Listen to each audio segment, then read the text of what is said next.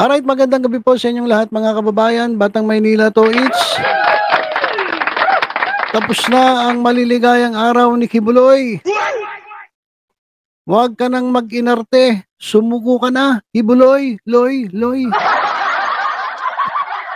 Hindi po ako nagsabi niya na nagsabi po niya ay walang iba kundi si Senator Riza Hontiveros.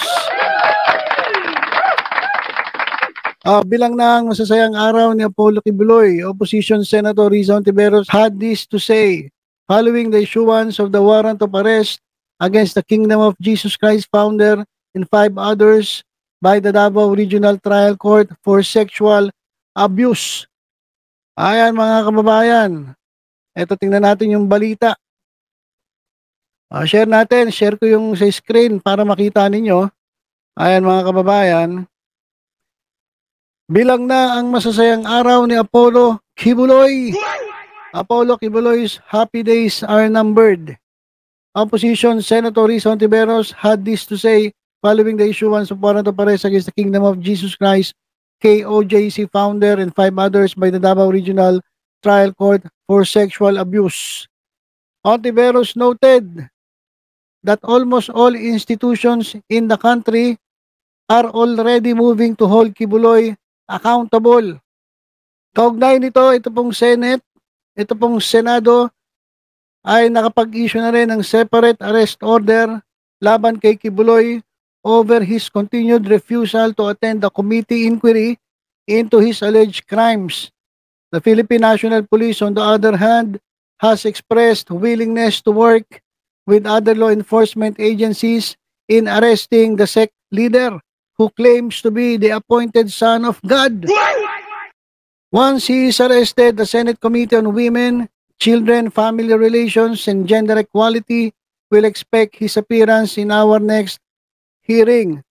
Hontiveros is the chairperson of the Senate Committee on Women, Children, Family Relations, and Gender Equality, which has been investigating the alleged large-scale and systematic trafficking, sexual abuse, forced labor, and other human rights violations purportedly committed by Kibuloy and his aides. Pinapanawagan ko din kay Kibuloy na wag nang mag-inarte. Ang dami na niyang ginawa para takbuhan ang obligasyon niya sa batas. He should just cooperate and properly answer the accusation hurled against him. Kung walang kasalanan, hindi kinakailangang magtago.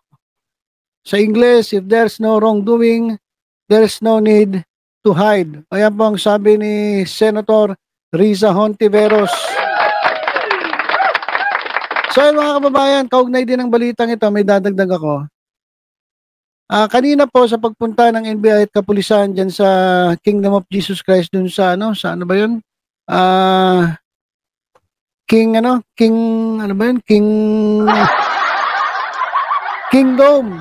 mga kababayan. Doon po ay meron pong sumurrender na dalawang aide ni Kibuloy at isa naman ay naaresto. Ito yung kasama dun sa, kung di ako nagkakamali, 5 na kasama dun sa arrest warrant. Kasi si Kibuloy, tapos meron pa siyang 5 kasama na pinaaresto ng Davao Regional Trial Court. Ito ang naaresto mga kababayan, si Crescente Canada. Ito pong KOJC member na close aide ni Apollo Kibuloy. Ito yung nagsiserve bilang driver at bodyguard ni Pacquiao, mga kababayan. Itong si Crescente Canada. Itong kanyang driver bodyguard ay nahuli diyan sa Barangay Tamayong. Siya rin kasi ang nagsisilbing barangay chairman diyan sa Tamayong kung saan naka-base etong KOJC. At yung iba naman, yung dalawa, ay sumurrender naman. Ang sumurrender ay si Pauline Canada at si Sylvia Simañez. Tatlo ngayon ang nasa custody ng NBI. Si Crescente Canada, yung pinakamalapit na tumatayong bodyguard ni Kibuloy. At ito pang dalawa, Pauline Canada at si Sylvia Simañez. So meron pang dalawang pinaghahanap ngayon ng batas. Ang hinahanap pa ay si Jacqueline Roy at itong si Ingrid Canada at magpapatuloy daw itong manhunt ng mga otoridad. Etong Ingrid na ito Ingrid Canada ay ang church administrator ni Kibuloy at kapatid ni Crescente Canada. So family affair pala to. Yung ginagawa pala nila mga kababayan na sindikato diyan sa sa KOJC hawak ng pamilya. Ayan Canada halos magkakapatid ito Canada Matataas ang posisyon diyan sa Kingdom of Jesus Christ. Diyan sa kanilang simbahan. Ito nga si Ingrid, yung church administrator. Tapos yung malapit na driver at bodyguard itong Crescente. At ito palang Crescente Canada, barangay chairman din. Aba, malupit. Mga siga pala yan dyan sa lugar nila. So dalawa na lang hinahanap dun sa 5, si Ingrid at yung isa pa na si Roy, si Jacqueline Roy. At ayon kay Brigadier General Delvo, siya ay naniniwala na si Kibuloy ay nandun pa rin sa Davao. He said authorities met with Kibuloy's lawyers when they went to his known residence in Tamayong, Davao and in Samal Islands and discussed with them the possibility of the preacher's surrender. So, abang-abang tayo, baka sumurrender daw itong si Kibuloy. Sabi ni Delbo, we are hoping that in the coming days he will come out. We are hoping that the lawyers would be able to convince their client to submit himself since there is a lawful warrant of arrest issued against him by the court. Ayan mga kababayan, kaya labas-labas na. Labas-labas na. At ayon kay Senator Ontiveros, tapos na o bilang na ang masasayang araw ni Apollo Kibuloy. Ito, pakinggan natin yung statement ni Senator Riza Ontiveros. Ito mga kababayan. Bilang na ang mga masasayang araw ni Kibuloy. Halos lahat na ng mga institusyon sa Pilipinas ay gumagalaw upang mapanagot siya. The PNP in Davao previously expressed its willingness to work with other law enforcement agencies in arresting the Kingdom of Jesus Christ leader. Tiwala ako na matutupad ito at mahuhuli si Kibuloy. Once he is arrested, the Senate Committee on Women, Children, Family Relations, and Gender Equality will expect his appearance in our next hearing. Pinapanawagan ko din kay Kibuloy na huwag nang mag-inarte. Ang dami na niyang ginawa upang takbuhan ang kanyang obligasyon sa batas. He should just cooperate and properly answer the accusations hurled against him. Kung walang kasalanan, hindi kailangan magtago. Muling higit na pasasalamat sa mga biktima ni Kibuloy na buong tapang na lumalaban.